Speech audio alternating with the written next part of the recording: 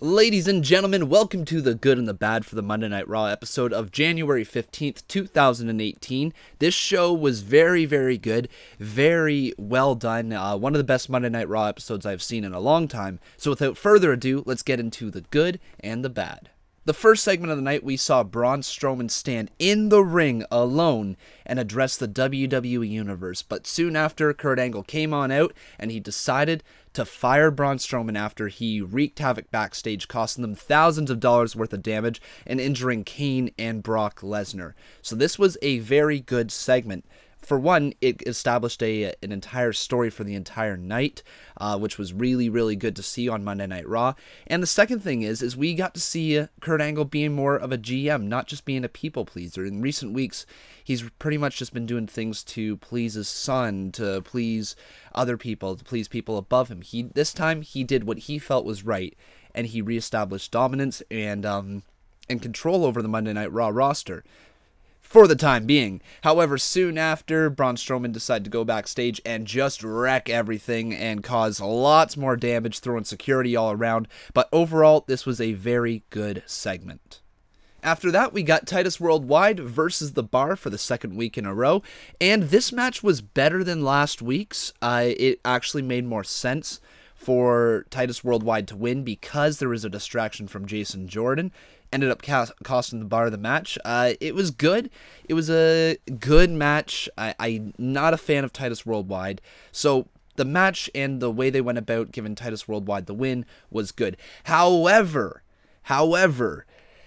I'm going to give this a bad as well because this position that Titus Worldwide is in could have been given to the Revival. Could have been given to even somebody like Heath Slater and Rhino, a team that people maybe want to see a little bit more of. I know Titus Worldwide is getting a little bit of a reaction right now, and that's mostly because of Apollo Crews. But, man, Titus is really, really, really tough to watch in that ring. Oh, boy, we'll see where it goes, but I got to give that part a bad just simply because this could be given to a different team, and people would care a little bit more. So, good and bad.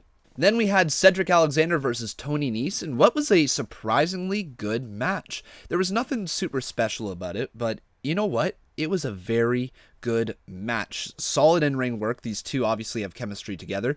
Cedric Alexander showing off his high-flying ability, and it honestly looked like it was a showcase for Cedric, but also showing that he can overcome a tougher opponent in Tony Nese. It was good. I enjoyed it. I know a lot of people are probably not going to agree with me in that and saying like it was a boring match, the Cruiserweight division's a joke and all this stuff, but that was a good match. You got to give credit where credit is due, and credit goes out to Cedric Alexander and Tony Nese for putting on a fine match. So then let's come all the way back to the Braun Strowman story.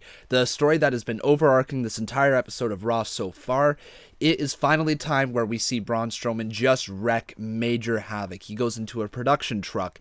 He scares everybody in there. He detaches the truck from the thing that controls the entire television production, and he tips the truck over similar to what he did with the ambulance. He then destroys Michael Cole and gets reinstated into his job because Stephanie McMahon decided enough is enough. So it's good. It's good. It was very, very, very good. However, I also got to give a bad because what the hell's going on with Kurt Angle? He has lost all control of this show. He's now being told once again by Stephanie McMahon what he has to do.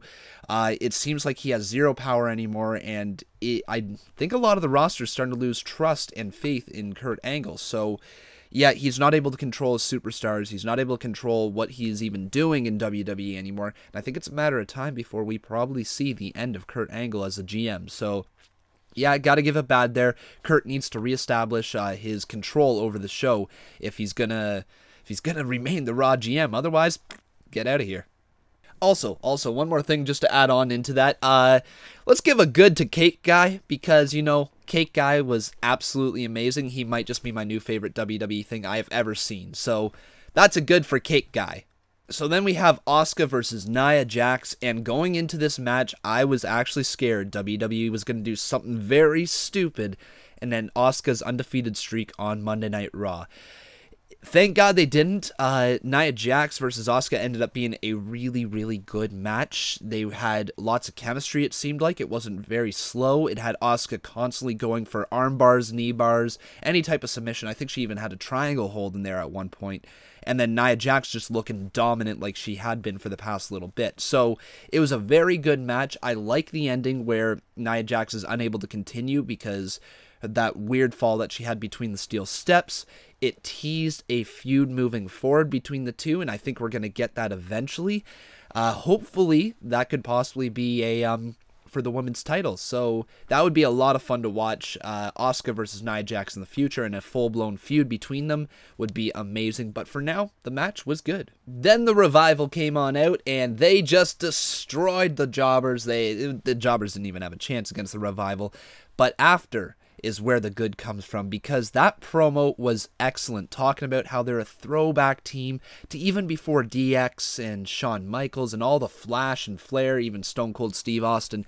So basically they just dissed the entire Attitude Era, saying they are crap, they're the reason we are here where we are today, they suck, they've ruined WWE. We are here to bring back old school tag team wrestling. They called themselves not sports entertainers, but professional wrestlers. I loved every bit of it. The Revival is hands down the best tag team in the world today, and it's just a matter of time before they become WWE Tag Team Champions. So, very good segment there with the Revival.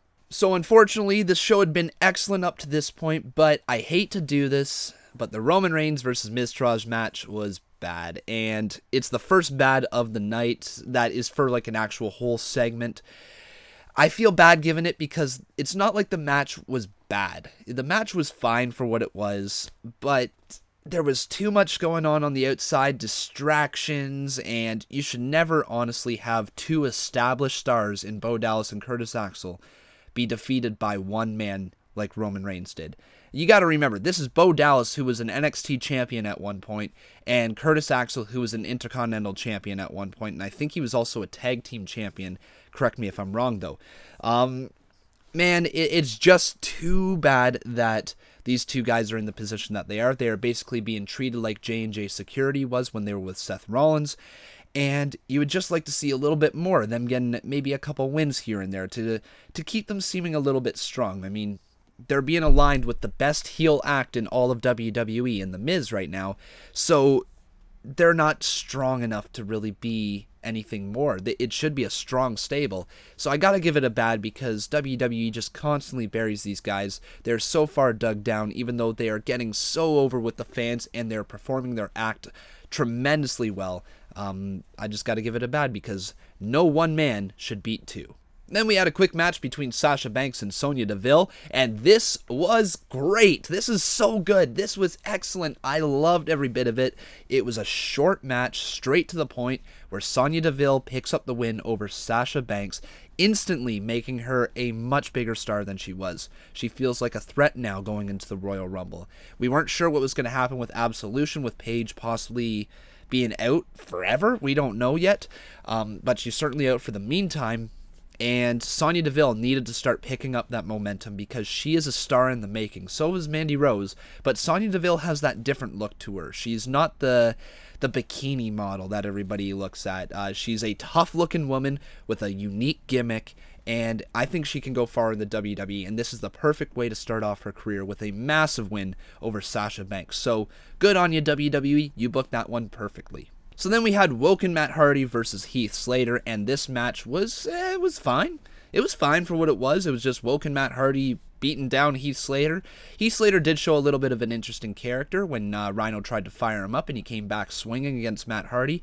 However, this is not the reason why I'm giving this segment a good. I'm seriously giving this segment a good because the Woken Matt Hardy character has finally arrived. We see the viciousness in the ring that he possesses. We see the new Titantron that he has that says delete. The theme song is still the best in all of WWE. Woken Matt Hardy is here, and he is here to stay, which is absolutely awesome. And man, oh man, am I excited to see what is going to happen in the future. And to finish the night off, we had an amazing main event between Seth Rollins and Finn Balor. So, So many things happened in this match. We got all the feuds coming into it. We had the Bar and, Sheamus and Cesaro coming out to distract Seth Rollins. We had Jason Jordan trying to be at ringside, trying to get involved in the match. His heelish antics getting in the way. It was just a very, very well done match. We also got a weird little moment there where the ref counted to 3, but then he counted once again as he was going to count to 4, and that's where Seth Rollins kicked out. So Finn Balor did actually pick up the win. So unfortunately, I got to give it a bad for that reason right there. That little moment, I got to give it bad because the ref screwed up.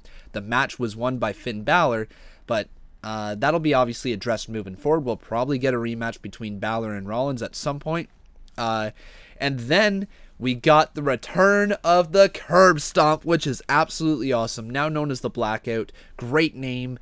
Just honestly, what a great moment seeing Seth Rollins hit that Curb Stomp out of nowhere. I hadn't seen any reports that the move was going to be unbanned. He instantly feels like a megastar once again. That same star that we said is going to be the next face of the company. He is back. That Seth Rollins is back, and I am so very, very excited for that. So that is a good right there. Man, great match. Bad little moment there, and then good again for Seth Rollins getting that Curb Stomp back. So overall, what an excellent episode of Monday Night Raw. I certainly enjoyed it. I hope you guys did, but that is the good and the bad from Monday Night Raw. Hopefully you guys enjoyed this episode. I'll be sure to see you guys next time, and I'll see you in the stream tonight for SmackDown Live.